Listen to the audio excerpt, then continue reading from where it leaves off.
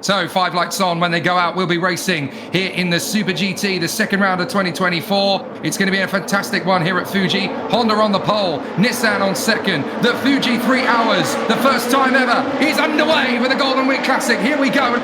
Start at the front of the field for the Honda Civic. The Nissans are giving chase nicely. The Impul looks threatening already into turn 1. Can they get the move on the inside of the ARTA Mugen? No, they've had to hang back, and side by side the Nissan is already trying to take on the Civic for the lead of the race, and they're still side by side. Round the outside, beautifully done as the Nissan takes the lead on the way out of turn 1. Fantastic start from Mitsunori Takaboshi. He hits the front. A brilliant move from the Nissan as the GT300s get underway. No major dramas in turn 1, but it's the Nissan that leads here in the Golden Week Classic. What a start from Takaboshi. Yeah, and now look at Katsumasachio all over the back of Kodai Sakoshi as well. He wants to try and make the move while they've got this tyre warm-up advantage. Look how many car lengths that Takaboshi has managed to pull out ahead of Sakoshi. Here's turn 10, a great overtaking opportunity. Looks like Sakoshi has it covered off. Chio tries to go around the outside, but he's left himself exposed there to Nobuharu Matsushita. Almost forces his way past, but tucks back into line in 4th place. Baguette as well, right in the mix. But a great opening lap there from Mitsunori Takaboshi. Yeah, the Nissans really do look strong at the start of this one. The Impulse now trying to take on Mitsunori Takaboshi as well. Trying to take on Nobu Matsushita, I should say, as well. But Matsushita wants to get the move done as early as possible here on the Nissan in the hope that he can make a big bid. And the tyres are still cold. You can see the leader, Mitsunori Takaboshi, still weaving on the main straight. That's not to block the opponents. That's to generate more heat into the tyres. Don't forget, they don't have tyre in this formula.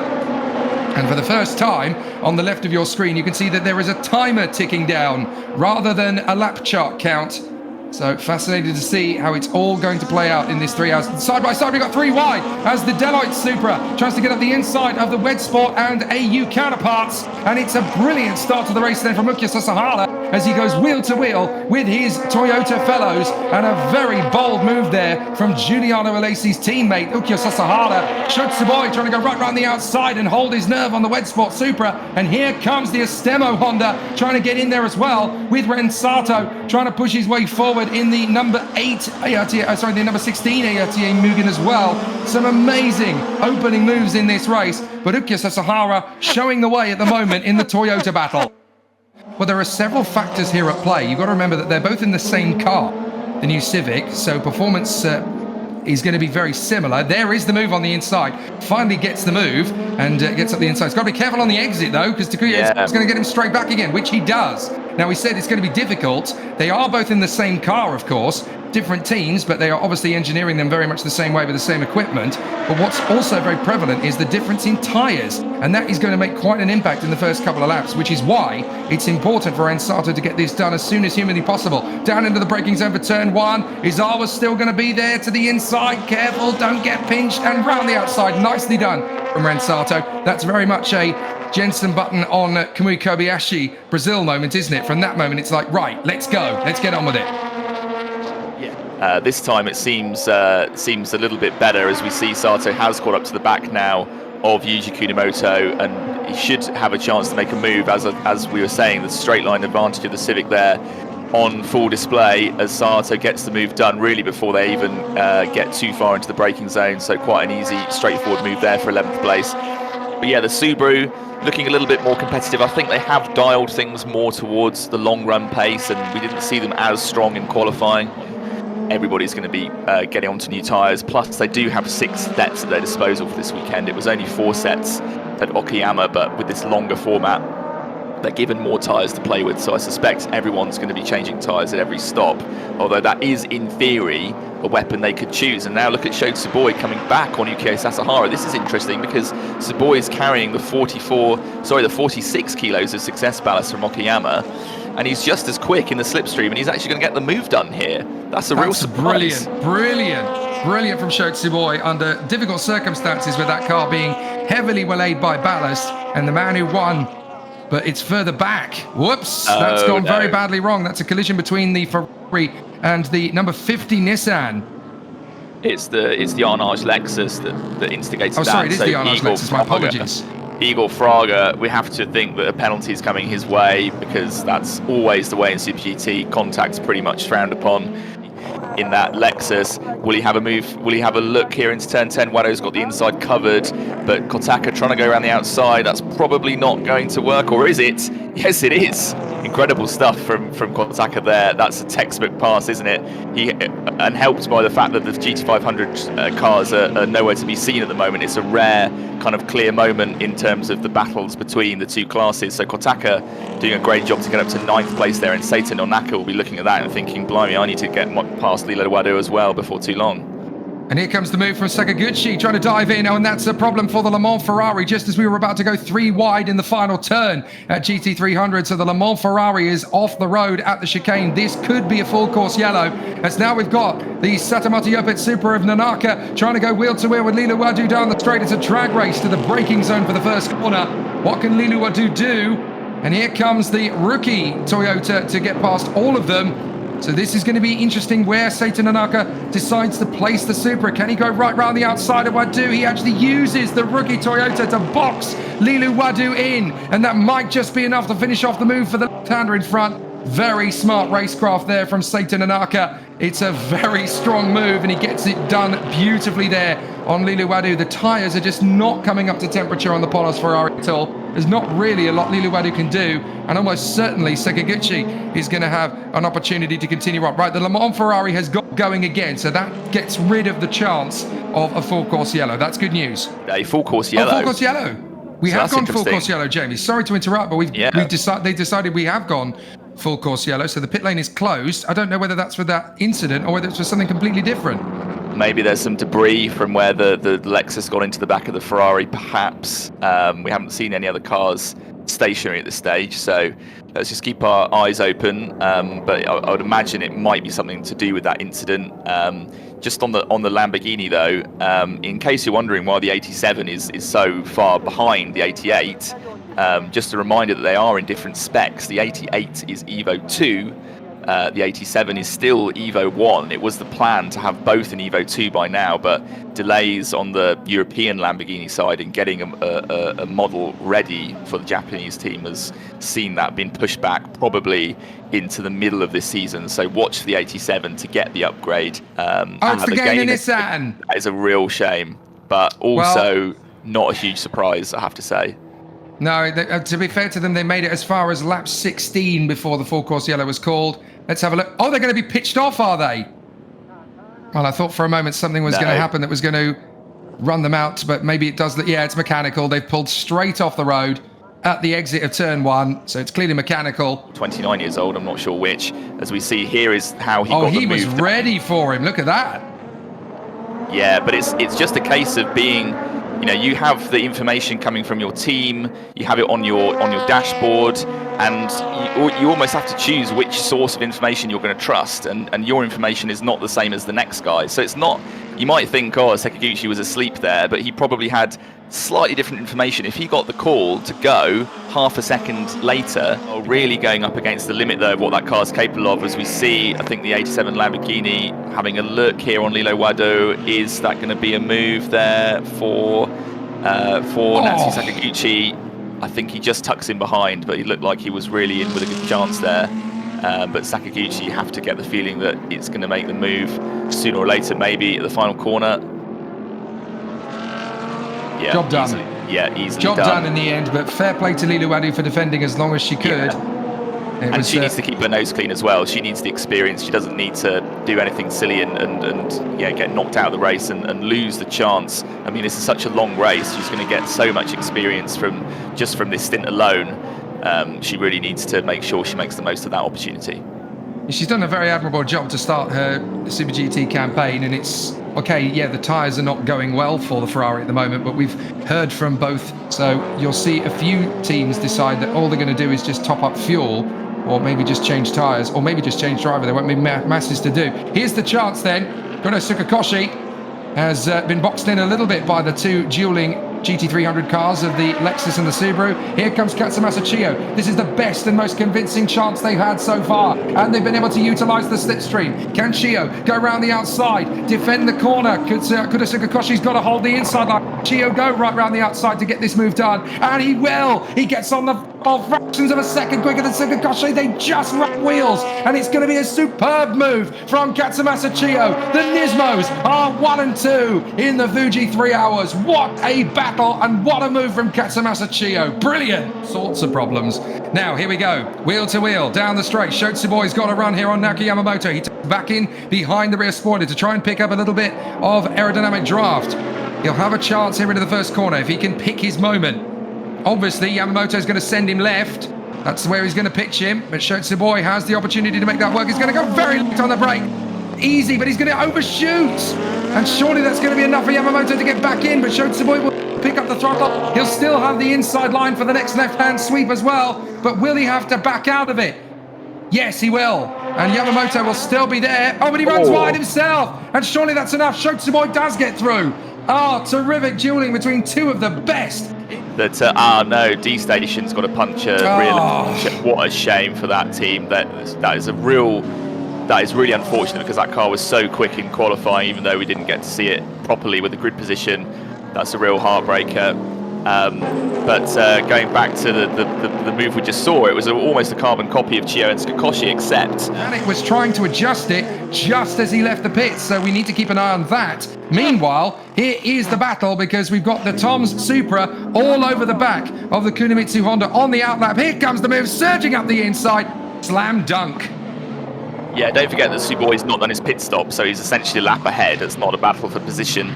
But still not what Terasuke Makino wants to see. He's looking a little bit concerned. Any time a pit stop is shown as a replay, and look how much time they lost. I mean, the Stanley Civic is now almost second to last of the cars that stopped, so they've fallen behind the 37 Tom's car and the 16 ARTA car. So even if it was a legal pit stop, it was a very slow one, and that has put them really far back through the order. So that's...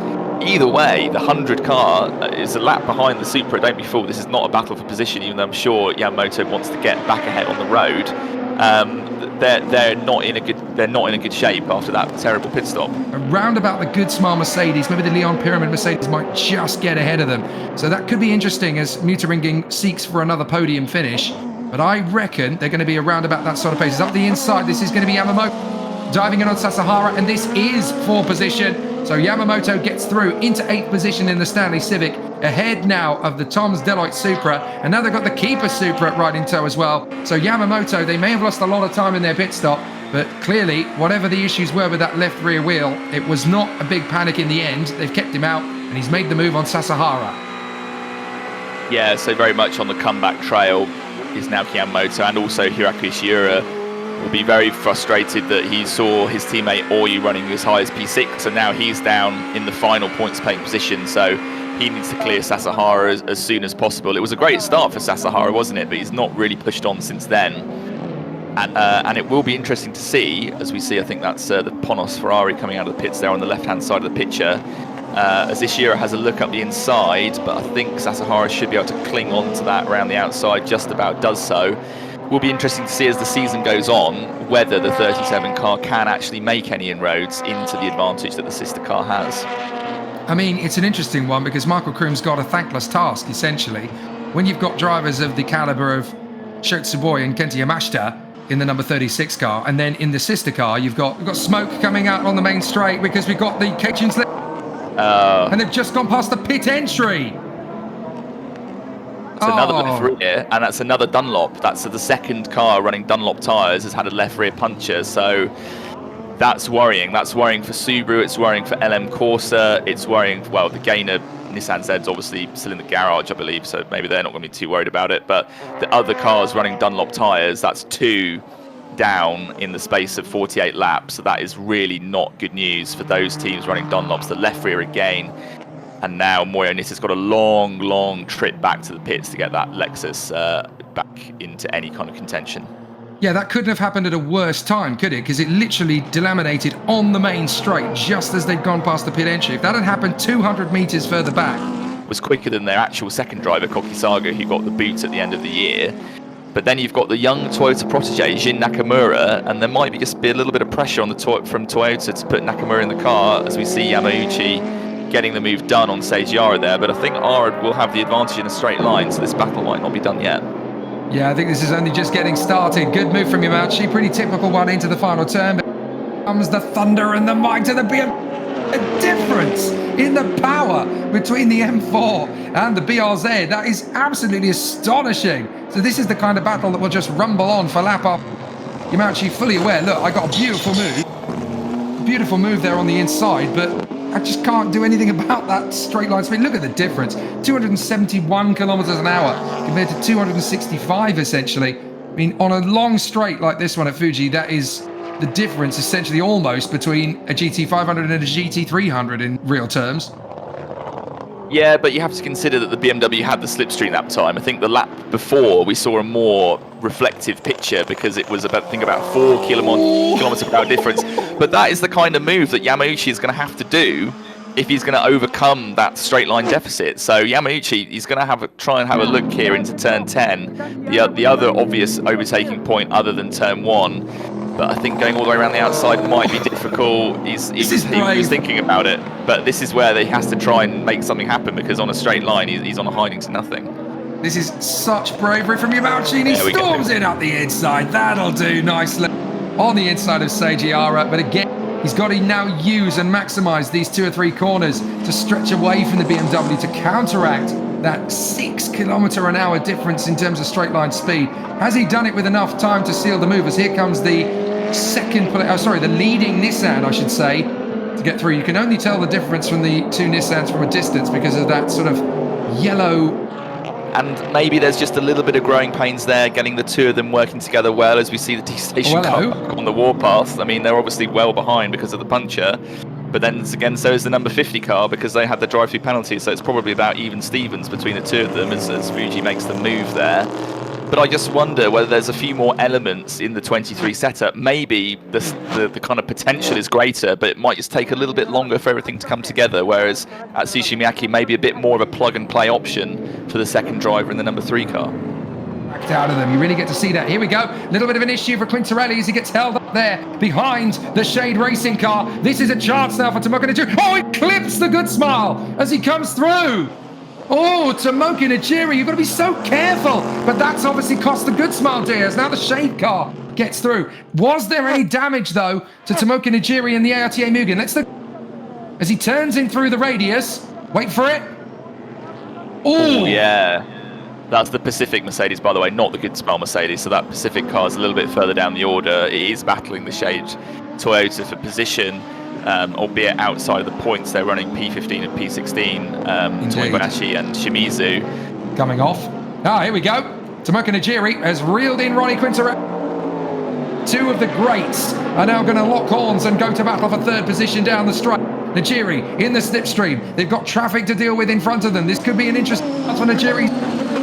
Can Quintarelli get back down the inside? They're going to be pinched here by the J-Log Lamborghini, but Najiri uses it. Ah, brilliant. Tomoka Najiri channels his inner Michael Caine, use the difficulty, and he absolutely masters that move to perfection on Ronnie Quintarelli. ART Mugens are now into a podium position. Yeah, brilliant stint from Najiri to catch up with Quintarelli. Quintarelli just having a few issues here, isn't he? It's not got the pace of the sister car, certainly, but even to slip behind the number 8 car would have been a bit of a disappointment for him. We're on lap 70 now. Takaboshi is still 23 seconds to the good ahead of Tsukoshi. And the other thing to consider, though, is that we have 1 hour and 10 minutes left on the clock. Now, the upper limit for drivers who haven't changed, for teams that haven't changed drivers yet, as we see a replay there, the 87 Lamborghini just giving them a space, but there was contact on the way through. The second contact for Najiri in this stint alone. He's really, he's get back in behind the wheel of the number 23 Niz. So this could be a fascinating duel. Najiri versus Chio in the closing stages of this race. They can have a terrific duel. Here, meanwhile, is the Kunimitsu Honda. Hiroki Otsu trying to fend off from, Makino trying to fend off from Ransato, I should say. So Makino trying to come back past. Nicely done. Brilliant duel between the 2. And of course, that's another interesting strategy from the ART Mugen number 16 because they changed Hiroki Otsu for Ren Sato. At least the Bridgestone teams feel confident enough that their tyres can actually do a double stint, a bit sort of like WEC, where we see the Michelin tyres stay on for 2 or 3 stints at a time. Oh, Makino trying to go long on the brakes to get around in the Keeper Supra. That was brave from Makino, but clearly he wants to try and find the line to get the Honda in front. He made the right decision. Right, what's happened at Mercedes? Well, that's not the racetrack, I'm afraid. That's an overshoot there at the chicane. Very rare mistake from the Leon Perelman Mercedes. But, yeah. Well, it's led straight to an entry to the pits. So maybe that's just the car saying, okay, I'm not happy on this set of boots. We need some new Bridgestones on this car. But I think the 65 hasn't already done its second stop yet. That's a third stop. Oh, yes, it has. So that's disastrous. Is that a problem that's developing? Have they got a brake issue? Well, I wonder, and that looks like they're not hurrying. That looks terminal, doesn't it? There's not much activity. Oh, they're not ready for the car. That is going to be, I think, potentially a retirement for the number 65. So maybe the brakes have maybe gone a brake or something issue. else. Yeah, I mean, it certainly looked as though whatever was failing on that car, Jamie, it didn't look as if it was quite a long way behind. They're 20 seconds behind P3 here, so this is really the battle for P5 we're watching. I don't think they're going to get any higher up the order than that, but still that's not going to stop Sutsumi having a look up the inside here at the final corner. But will he have the straight line advantage to keep hold of it as they head down to turn 1 once again? So Nakamura's just going to get the slipstream effect once more on Sutsumi. Sutsumi can get the move in the final turn, no problem, fine. But you're not going to have the legs of this galloping horse of the LC500H. Just charges back through on the straight. And of course, should pull out a little bit of a gap as well. As round the outside, now we're getting a bit of a challenge here. And it's wheel to wheel between Kakunoshi Ota and Nobuharu Matsushita. This is going to be tough for Ota to hang on to because they drag race side by side down the straight together. Ota just creeping inches in front. But Matsushita getting back on him as they come down to the braking zone. Now it's all going to be about which team, which driver has the nerves on the braking zone. Ota slices on the inside. Leaves as much room as he can afford to. Matsushita still a nose. Ota's there. They've got the RQ Mercedes in front of them to deal with. Got to be careful, boys. And it's going to be Matsushita for the moment on Ota. My God. Ota drifts out wide. That's round 1. Now what's round 2 going to produce? I was sure that Ota was going to get the move done there, but he just left. Here's the chance, I think, for Kakunoshi Ota. They've got 2 cars to deal with. They've got the Shade car in there. Sorry, the Sint. And they've got another of the Supras. I think that was the Hoppy Shats car. And now here's the chance for Kakunoshi Ota. Down to the chicane. He's going to go long because that's where Matsushita... And he just squeezes in. Doesn't get the chance to get back up alongside him once more. Through the left. Back on the power. Up towards the right. Here's the chance for Kakunoshi Ota. Matsushita's going to pinch him again. Nice work between these two. Kakunoshi Ota going for the offensive moves. Matsushita defending as much as he needs to. Here comes the inside line. Job done. But Matsushita's going to go slow in far. And back past him again. He goes on the far side. Can they hold it now to the final turn and drive side of Kakunoshi Ota? Brilliant from both drivers. Giving as good as they've got. Neither driver backing down from the fall. And now they're going to go side by side down the...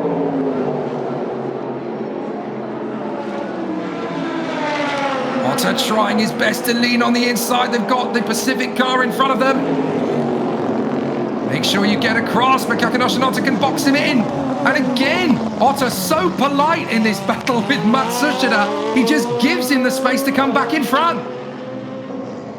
Yeah, so good driving by both of them, but I'm sure I was surprised almost that Ota didn't make the move stick that time because he seemed to get the move done in the third sector, and that's a slow moving ARTA Honda there. Ren Sato's in some kind of trouble. I think he's just lost power or lost drive or something there. Oh dear, oh dear. Yeah, so I think that's going to be terminal for the number 16 car. Can Toshikyoryu make the bid into the first corner here on Kazuki Hidemine? He's going to go the long way round. Can he make that hold? All the way round the outside. Beautiful from Toshikyoryu. Can he shut it down on the exit? Kazuki Hidemine is still there. And he's edging back in front. Maybe he's just gone a little bit too far over the edge. But now again he holds it. Well committed by Toshikyoryu. I will get through. Still they battle on for the final place on the podium for the Honda team. And which Honda team is it going to be? Is it going to be ART Mugen or is it going to be Astemo Real Racing? Looking at Kakunoshi Ota. Is he going to try? Matsushita going to block to defend. But is that going to compromise him? He's going to drift out wide. Kakinosh Shinoda can go slow in, fast out. He can try again to go wheel to wheel with him, but he'll be on the wrong side of the course for the left-hander. Is he going to try and go slow in, fast out for this next apex, and then try again into the next section? Kakinosh Shinoda's definitely got Nobu Matsushita backs to the ropes now. Seeing the old versus the new, and it looks as though Kakinosh Shinoda actually got a better run around the outside of the garage NSX compared to Matsushita. Storms through, locks up the brakes. Kakinosh Shinoda throws caution to the wings and throws it all away. But certainly, Yoshida is feeling the need to defend.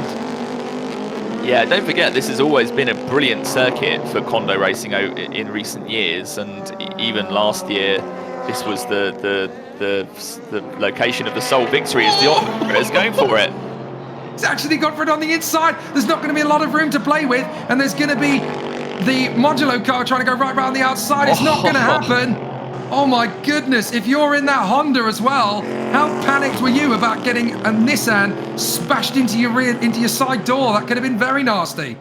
Indeed it is, but as I was saying, it's always been a good track for De Oliveira. He's had quite a few victories here over the years in 300. But surely he's not going to go all the way down. There was contact as they come down to turn 10. Goodness me, there's boxing gloves needed at these two teams now. Satomata Yoppe Supra stays in front of the Kondo Nissan. Yoshida and Japala Lima Oliveira genuinely having a proper boxing match of it at the moment out there. Did I see a car parked off to the side actually there as well? I wonder if somebody's just parked it on the exit of that chicane on the run up to these S's. I'm not entirely sure if I saw that right or not, but that could be something that in the next 45 seconds or so becomes relevant.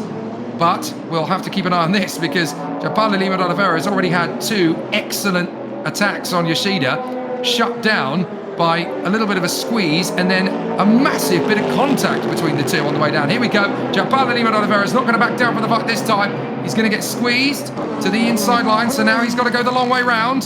Can he outbrake the Supra?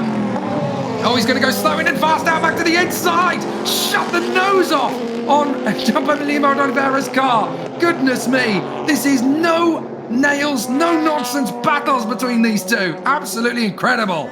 So I think it's only a matter of time. De Oliveira just needs to be patient, pick his moment. Doesn't need to do what Kakinosh Shinoda did and throw it off the road. And second place should be coming the way of the 56 car. Here comes the chance again on the inside. Surely this is it this time. Oh, I tell you what, Yoshida hung on for dear life with Japala Lima Oliveira coming up the inside, but the Brazilian decided, no, enough is enough. We're getting through. And it does make you wonder, in a year's time... Wait a minute, what's happened? Oh, no. What's happened to the anti-million? It's slowing. It's slowing. Third Right. position is gone for Matsushita. I cannot believe that.